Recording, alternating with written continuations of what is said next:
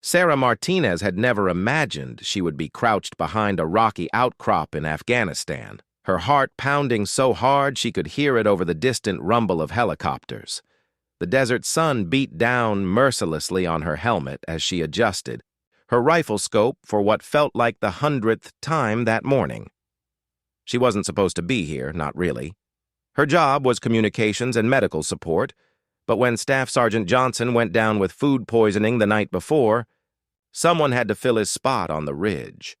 The 24-year-old from small-town Texas had joined the Army to pay for college, never expecting to find herself deployed to one of the most dangerous regions in the world. Her mother still sent care packages filled with homemade cookies and letters asking when she was coming home. Sarah kept those letters in her vest pocket, reading them during quiet moments to remind herself why she was fighting so far from home. The ridge overlooked a strategic valley where intelligence suggested a high-value target would be moving through with his convoy. The mission was supposed to be simple: observe and report. The real shooters were positioned elsewhere, hidden among the rocks with their advanced sniper rifles and years of specialized training. Sarah's role was to provide backup communications and tend to any wounded soldiers if things went wrong. But things had already started going wrong before dawn. The primary sniper team had encountered equipment failures with their radio system. The backup sniper had developed severe altitude sickness during the climb up the ridge. One by one, the carefully planned operation was falling apart, leaving a skeleton crew of soldiers who were supposed to be support personnel. Captain Williams, the mission commander, had made the difficult decision to continue with the operation. Despite the setbacks, the intelligence was too valuable to waste, and another opportunity like this might not come for months. He redistributed the remaining soldiers along the ridge, each taking positions they weren't entirely prepared for. Sarah found herself paired with Corporal Davis, a demolitions expert who had some training with precision shooting but readily admitted he was better with explosives than long-range accuracy. They settled into their position as the sun climbed higher, scanning the valley below through their scopes and waiting for signs of movement. The hours passed slowly. Sarah's water ran low despite her careful rationing, and the heat became oppressive inside her gear. She thought about her younger brother back home, probably getting ready for his high school graduation that she would miss. She thought about her father, a Vietnam veteran who had taught her to shoot when she was 12. Never imagining his lessons would be put to use in actual combat. Around midday, Davis spotted movement through his binoculars. A convoy of 3 vehicles was making its way along the winding road that cut through the valley floor. Sarah adjusted her scope and confirmed what they were seeing. The vehicles matched the description from their intelligence briefing, and the timing was exactly what they had been told to expect. The radio crackled to life as reports came in from other positions along the ridge. Everyone could see the convoy now, moving slowly and cautiously through the valley. Captain Williams's voice came through clearly, confirming that this was their target and ordering all units to maintain observation while the designated marksman prepared for potential engagement. But as Sarah tracked the convoy through her scope, she noticed something the others had missed. The middle vehicle had changed its pattern of movement. Instead of following the lead vehicle at a consistent distance, it was gradually falling behind, as if the driver was being extra cautious or had spotted something suspicious. She keyed her radio to report the observation, but before she could speak, the convoy suddenly stopped. All 3 vehicles came to a halt in the middle of the valley, their occupants clearly alert to some kind of danger. Through her scope, Sarah could see armed figures emerging from the vehicles, taking defensive positions and scanning the surrounding ridges. The mission had been compromised somehow. Maybe they had been spotted, or maybe the convoy had received a warning through their own intelligence network. Either way, the carefully planned observation mission was about to become something much more dangerous. Captain Williams' voice came through the radio with new urgency. The convoy was preparing to retreat, and if they escaped, months of intelligence gathering would be wasted. The high-value target they had been tracking would disappear back into the network of caves and safe houses that dotted the region, possibly never to be found again. The primary objective had changed from observation to engagement, but with most of the designated marksmen out of commission, the soldiers on the ridge were facing a situation they weren't fully prepared for. Sarah checked her rifle one more time, her father's voice echoing in her memory from those long afternoons at the shooting range back home. She had always been a good shot, better than most of the boys in her unit during basic training, but this was different. This was real combat with real consequences, and she was no longer just support personnel hiding behind the rocks. The weight of the moment settled on her shoulders as she realized that everything they had worked for might come down to whoever could make the most accurate shot from the greatest distance. The convoy in the valley began to move again, but this time they were moving fast, trying to escape the trap they had detected. Time was running out, and the distance was extreme even for the most experienced snipers. Sarah steadied her breathing and focused on everything her father had taught her, about patience, precision, and following through on the shot that mattered most.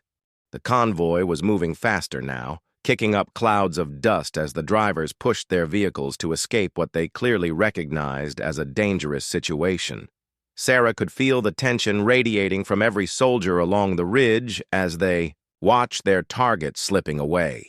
Through her scope, she tracked the middle vehicle where intelligence had indicated the high-value target would be traveling. Corporal Davis was muttering calculations under his breath, trying to estimate wind, speed, and distance. The other positions along the ridge were reporting similar challenges. The range was extreme, nearly at the limit of what their standard-issue rifles could handle effectively. The designated marksmen would have had specialized equipment for this. Kinda shot, but they were working with what they had. Captain Williams came back on the radio with updated instructions. The convoy was heading toward a narrow pass where the road curved around a rocky outcrop. If they could disable the lead vehicle at that choke point, it might stop the entire convoy and give them the opportunity they needed. But the timing would have to be perfect, and the shot would have to be made while the vehicles were moving at high speed. Sarah felt sweat running down her face inside her helmet as she adjusted her position for a better angle on the approaching curve. She had made difficult shots before, but never under these conditions, never with this much at stake. The lives of her fellow soldiers, the success of months of intelligence work, and potentially the safety of countless civilians all seemed to hang in the balance. The lead vehicle entered the curve, and Sarah could see the driver clearly through her scope. He was hunched forward, gripping the steering wheel tightly as he navigated the treacherous road at high speed.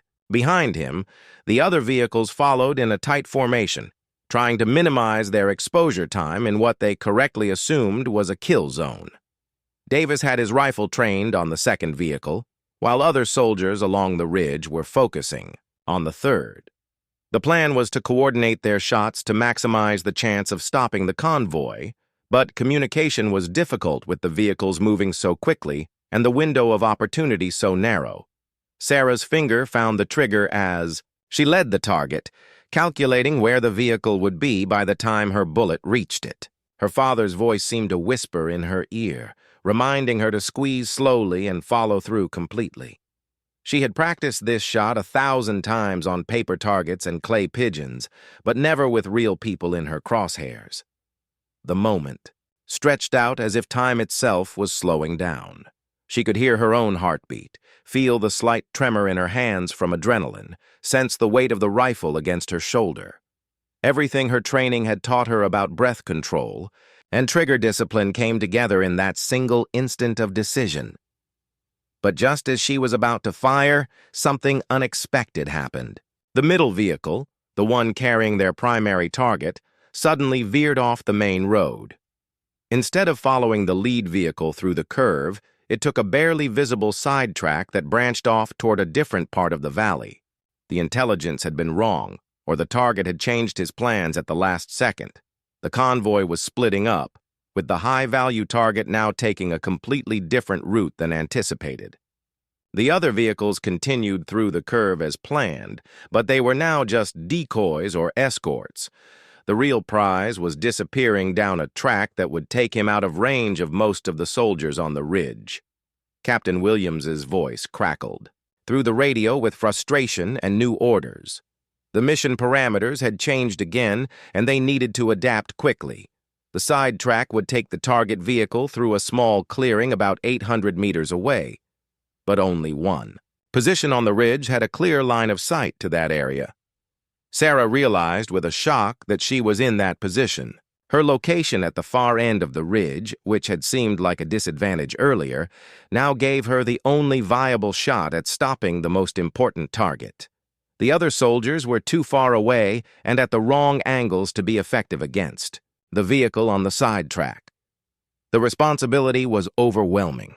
She was a communications specialist and medic, not a trained sniper. She had never been expected to make the critical shot that could determine the success or failure of the entire mission. But here she was, with the target moving steadily toward her field of fire and no one else in position to take the shot. Davis looked at her with a mixture of encouragement and concern. He could see the same tactical situation she could, and he knew what it meant. "You've got this, Martinez," he said quietly. "Just like the range back home, right?" Sarah nodded, trying to project more confidence than she felt. She adjusted her scope for the new distance and angle, her hand surprisingly steady despite the adrenaline coursing through her system. The target vehicle was approaching the clearing where she would have her best and possibly only chance at a clean shot. Through her scope, she could see the vehicle more clearly now. It was armored, but not heavily, and she could make out the silhouettes of at least 3 occupants. The driver was maintaining a steady speed, probably thinking he had successfully evaded the trap on the main road. He had no idea that someone was tracking his movement through a rifle scope from nearly half a mile away. The radio chatter continued around her as other soldiers engaged the decoy vehicles, but Sarah tuned it out. Her world had narrowed to the small circle of her scope, and the target moving steadily toward the critical moment when she would either succeed or fail. Everything else faded away as she prepared for the most important shot of her life. The target vehicle was now less than 200 meters from the clearing where Sarah would have her optimal shot. She could feel every muscle in her body tensing as the moment approached, but she forced herself to relax and focus on her breathing. Her father had always told her that tension was the enemy of accuracy, and she needed every advantage she could get. Through her scope, she studied the vehicle's movement pattern.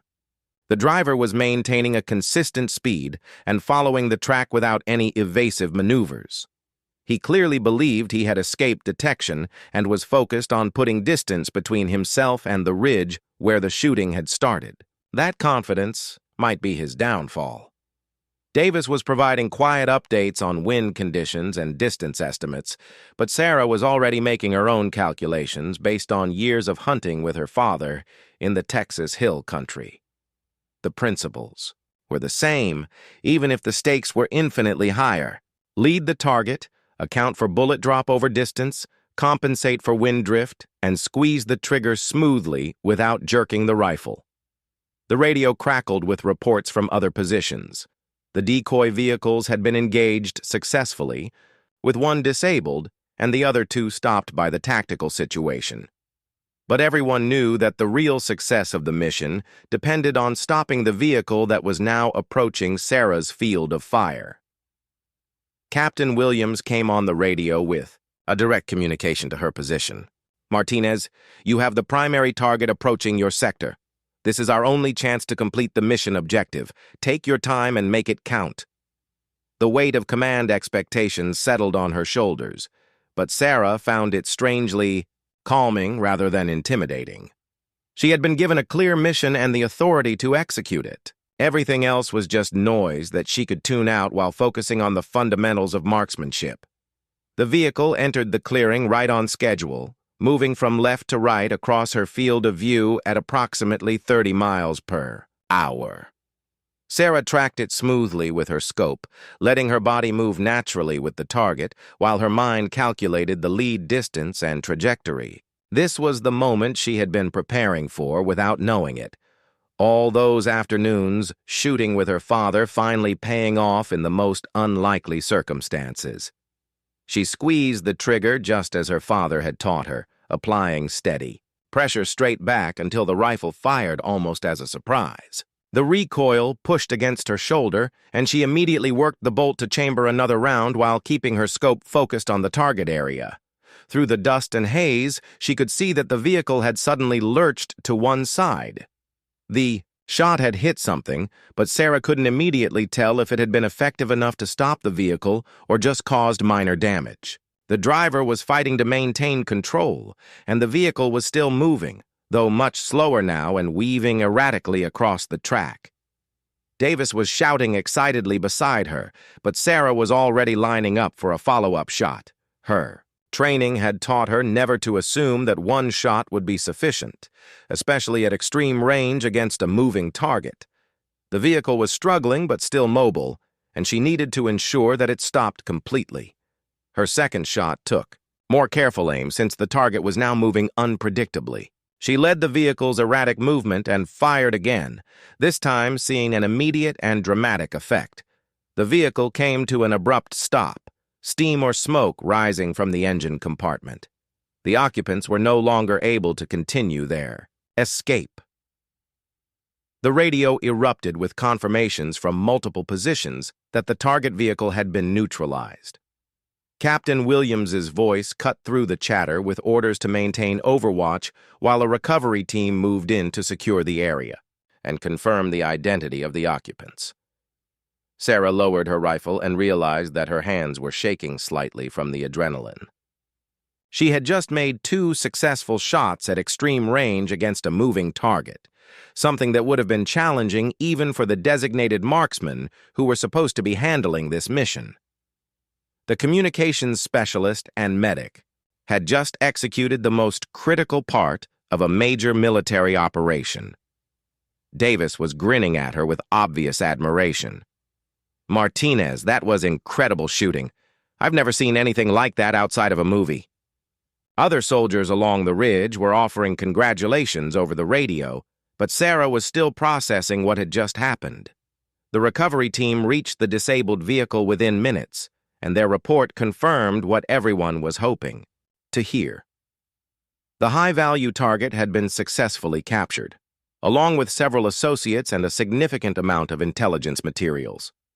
The mission that had seemed destined for failure due to equipment problems and personnel issues had turned into a complete success. But even as the congratulations continued to pour in over the radio, Sarah was thinking about the weight of what she had done. She had fired shots in combat before, but never with such clear and immediate consequences. The target vehicle contained real people, and her accurate shooting had directly determined their fate and the outcome of the entire operation. Captain Williams was already calling for extraction helicopters to remove the team and their prisoners from the area. The mission was complete, but Sarah knew that the real impact of what had happened on the ridge would take much longer to fully understand. She had stepped far outside her assigned role and performed under pressure in a way that would likely change how her superiors viewed her capabilities. The extraction helicopters arrived within an hour, their rotors churning up clouds of dust as they settled onto the makeshift landing zones that had been cleared in the valley. Sarah helped load the captured prisoners and intelligence materials, her mind still reeling from the events of the morning. The high-value target turned out to be exactly who intelligence had suspected, a key figure in the regional insurgency network whose capture would likely disrupt operations for months to come. During the flight back to base, Captain Williams made his way over to where Sarah was sitting among the other soldiers. The noise of the helicopter made conversation difficult, but he leaned close enough to speak directly into her ear. "Martinez, that was exceptional work out there. I've never seen shooting like that from anyone, let alone from someone who's supposed to be handling communications." Sarah nodded her acknowledgement, but didn't trust herself to respond verbally. The adrenaline was wearing off, and she was beginning to feel the full emotional weight of what had transpired. She had killed people. Today, something she had trained for but never fully prepared herself to experience. The fact that they were enemy combatants who posed a threat to her fellow soldiers didn't make the reality any easier to process. Back at the forward operating base, the mission debrief was unlike anything Sarah had experienced before. Usually, she would provide a brief report on communications and medical activities, then be dismissed while the combat personnel discussed tactical details. This time, she found herself at the center of attention, as officers from multiple units wanted to understand exactly how she had managed to make such precise shots under difficult conditions. Colonel Patterson, the base commander, reviewed the mission reports with obvious interest. The intelligence gathered from the captured materials was already proving valuable, and the successful elimination of the high-value target was being reported up the chain of command as a significant operational success. But what seemed to fascinate the senior officers most was how the mission had been salvaged by a soldier who wasn't even supposed to be in a combat role.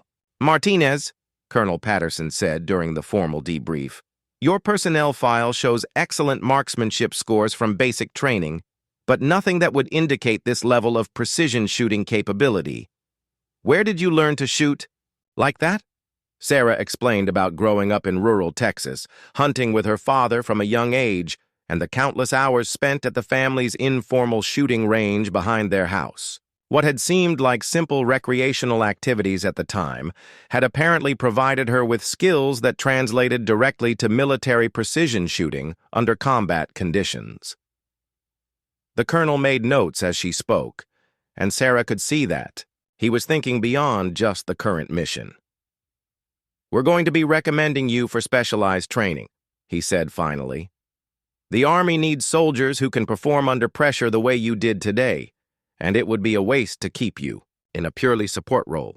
Over the following days, Sarah found herself the subject of considerable attention from both her peers and her superiors.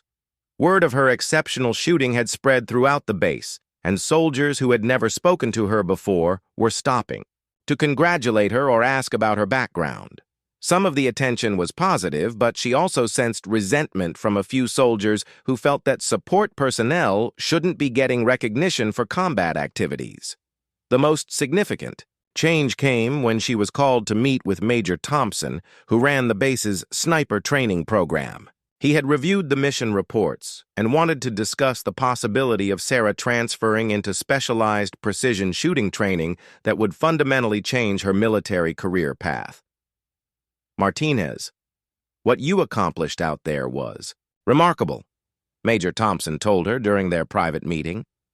"But I want you to understand what you're considering if you decide to pursue this path. Sniper training is among the most demanding programs in the military, both physically and psychologically. The success rate is low, and the responsibilities are enormous."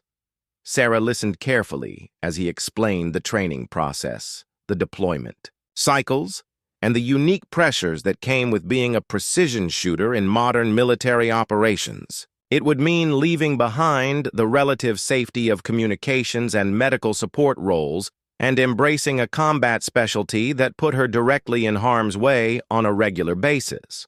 But she also learned about the strategic importance of precision shooters in current military operations, the advanced training she would receive, and the opportunity to make a significant difference in protecting her fellow soldiers and accomplishing critical missions. The idea of building on what she had discovered about herself on the ridge was both terrifying and exciting.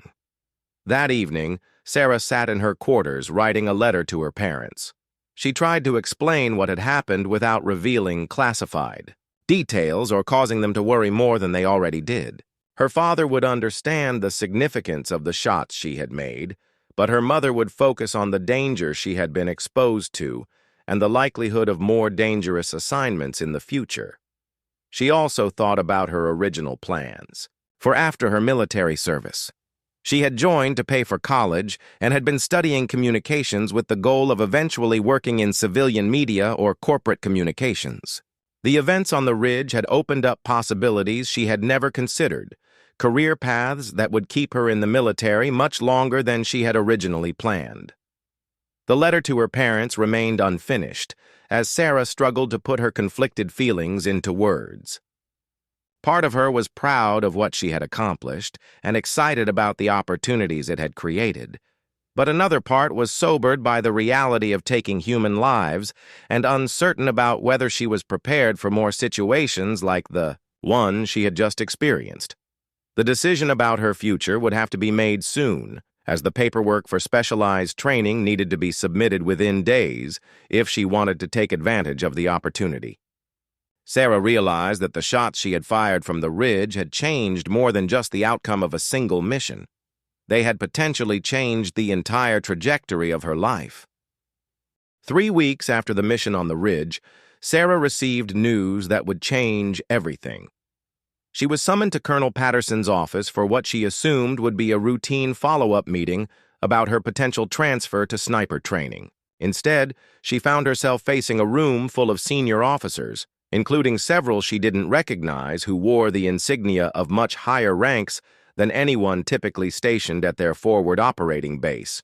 General Morrison, a 2-star general, from Regional Command, stood up as she entered the room. Sarah snapped to attention, her mind racing to understand why such high-ranking officers would be interested in a single mission, even one as successful as theirs had been. The general's expression was serious but not unfriendly as he gestured for her to take a seat. "Specialist Martinez," General Morrison began, "the intelligence gathered from your mission has proven to be extraordinarily valuable. The materials captured with the high-value target have led to the disruption of 3 separate terrorist cells and prevented what our analysts believe would have been a major attack on civilian targets." Sarah listened in amazement as the general outlined the broader impact of their successful mission. The high-value target had been carrying detailed plans and communication records that revealed an extensive network of insurgent activities. The intelligence windfall had allowed military and civilian authorities to roll up entire sections of the terrorist organization, potentially saving hundreds of lives. But the general wasn't finished. "What makes this even more remarkable," he continued, "is that this success came from a mission that should have failed due to equipment problems and personnel issues. Instead, it succeeded because one soldier stepped outside her assigned role and performed with exceptional skill, under extreme pressure." The room fell silent as General Morrison looked directly at Sarah. "The question that everyone up the chain of command is asking is simple. Who took that shot? Who made the precision shooting that turned a failing mission into one of our most significant intelligence victories of the year?" Sarah felt her throat go dry as she realized the full scope of attention her actions had attracted. This wasn't just about base-level recognition or potential training opportunities. Her performance on the ridge had been noticed at the highest levels of military command, and they wanted to understand how and why it had happened. "Sir," Sarah replied carefully, "I was just doing my job and trying to support the mission objectives. The success belongs to the entire team that was on the ridge that day." General Morrison smiled slightly at her diplomatic response. "That's exactly the kind of answer I would expect from someone who has the character to perform the way you did under pressure. But I'm not here to discuss team dynamics, Specialist Martinez. I'm here because the Army needs soldiers who can adapt, improvise, and execute when everything else goes wrong." The general explained that Sarah's actions had come to the attention of a special operations task force that was looking for personnel with her particular combination of skills and temperament. The precision shooting was impressive, but what had really caught their attention was her ability to remain calm and effective when the mission parameters changed dramatically and she found herself in a role she had never trained for. "We're offering you an opportunity that very few soldiers ever receive," General Morrison continued. "Fast-track entry into our Advanced Special Operations Training Program with the possibility of assignment to units that handle our most sensitive and critical missions. But I want you to understand that this is not a decision to be made lightly." The general outlined what the opportunity would entail: months of intensive training in advanced marksmanship, close quarters combat, intelligence gathering, and specialized mission planning. Successful completion would lead to assignment to units that operated in the highest risk environments with the most critical objectives. The work would be dangerous, the deployment schedule demanding, and the psychological pressures enormous. Sarah asked about the timeline for making her decision, and the general informed her that she had 48 hours to decide. The next training cycle was beginning soon, and they needed her answer quickly if she was going to be included. He also made it clear that turning down the opportunity wouldn't negatively impact her current military career, but it was unlikely that such an offer would be made again. After the meeting, Sarah walked back to her quarters in a daze. The magnitude of what was being offered was almost overwhelming. 6 months ago, she had been a small-town girl focused on getting through her enlistment and using her military benefits to pay for college. Now she was being recruited for special operations based on a single moment of exceptional performance, under pressure. That evening, she finally finished the letter to her parents that she had started weeks earlier. She tried to explain the opportunity without revealing classified details, focusing on the potential for advanced training and the chance to serve in roles that could make a significant difference in protecting American lives. She knew her father would be proud, but she also knew her mother would be terrified. Sarah also spent time talking with Corporal Davis and some of the other soldiers who had been on the ridge that day. They were unanimously supportive of her pursuing the special operations opportunity, arguing that she had already proven she could handle whatever challenges the training might present. But they also understood the personal cost of choosing a path that would keep her in high-risk situations for years to come. The decision was complicated by her growing understanding of what she had discovered about herself on the ridge. She had always been a good soldier, but she had never realized she had the potential to excel in combat roles. The precision shooting had come naturally to her, and the pressure of the situation had seemed to sharpen her focus rather than overwhelm her capabilities.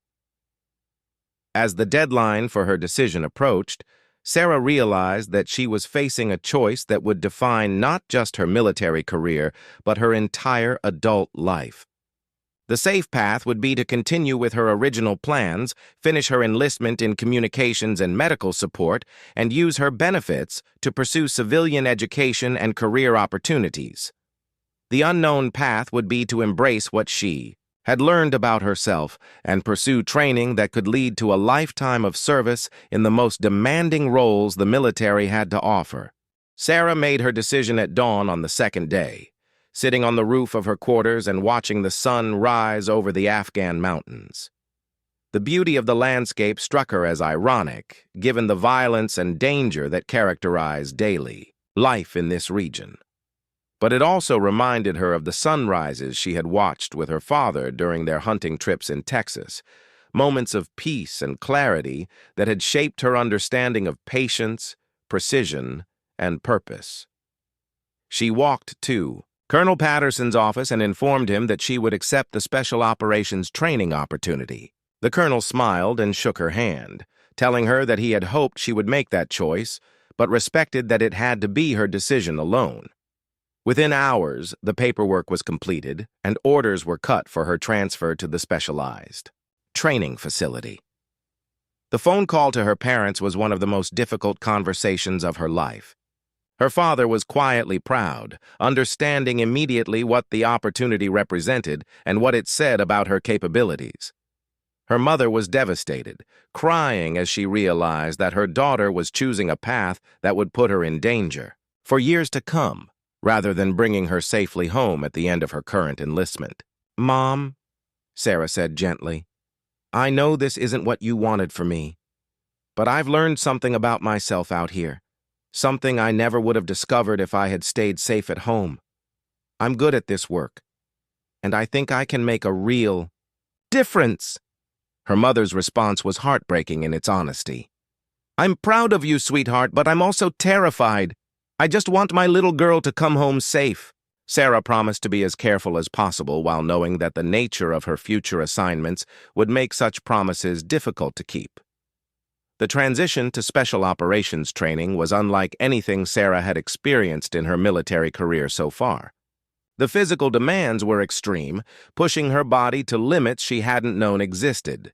The mental challenges were equally demanding, requiring her to master complex tactical scenarios while maintaining the kind of precision shooting that had first brought her to the attention of her superiors. But what surprised her most was how naturally she adapted to the advanced training. The skills she had learned from her father, combined with her medical and communications background, gave her a unique perspective that her instructors found valuable. She wasn't just another soldier learning to shoot accurately. She was someone who understood how all the different elements of a mission fit together. 6 months later, Sarah graduated at the top of her training class, earning assignment to an elite unit that specialized in high-value target operations in some of the world's most dangerous locations. Her first mission as a qualified special operations soldier took her back to Afghanistan, but this time she was no longer support personnel hoping to avoid combat situations. The mission briefing felt familiar in some ways, but dramatically different in others. Once again, they were tracking a high-value target through intelligence reports and satellite imagery, but this time, Sarah was the primary shooter, equipped with advanced precision rifle systems and supported by a team that had trained specifically for these kinds of operations. As she took her position on a different ridge overlooking a different valley, Sarah thought about the journey that had brought her to this moment. A single morning when everything went wrong had revealed capabilities she never knew she possessed and set her on a path she never could have imagined when she first enlisted. The target appeared on schedule, and Sarah's shot was clean and precise, just as it had been that first time when she was nothing more than a communications specialist trying to help save a failing mission. But this time, there was no surprise or uncertainty about her role. This was what she had trained for, what she was meant to do. After the mission, as her team prepared for extraction, Sarah received a radio message that made her smile. It was from Corporal Davis, now a sergeant, who had heard through military channels about her successful operation. "Martinez," his voice crackled through the static, "I always knew you had it in you. That first shot on the ridge was just the beginning." Looking back, Sarah realized that Davis was right. The moment when she had fired those critical shots as an improvised sniper had been the beginning of everything that followed.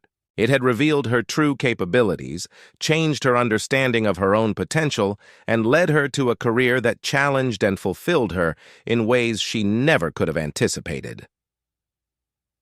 Years later, when Sarah had risen to senior non-commissioned officer rank and was training the next generation of special operations soldiers, she would tell them about the importance of being ready for moments when everything changes. She would explain that sometimes the most significant opportunities come disguised as emergencies, and that the skills you think are just hobbies or background knowledge might turn out to be the most important capabilities you possess. The question, "Who took that shot?" had been answered definitively on that Afghan ridge years earlier. It was taken by a communications specialist named Sarah Martinez, who discovered she was meant for something greater than she had ever imagined. And every shot she fired in her subsequent career was built on the foundation of that first moment when she stepped outside her assigned role and changed the course of her entire life.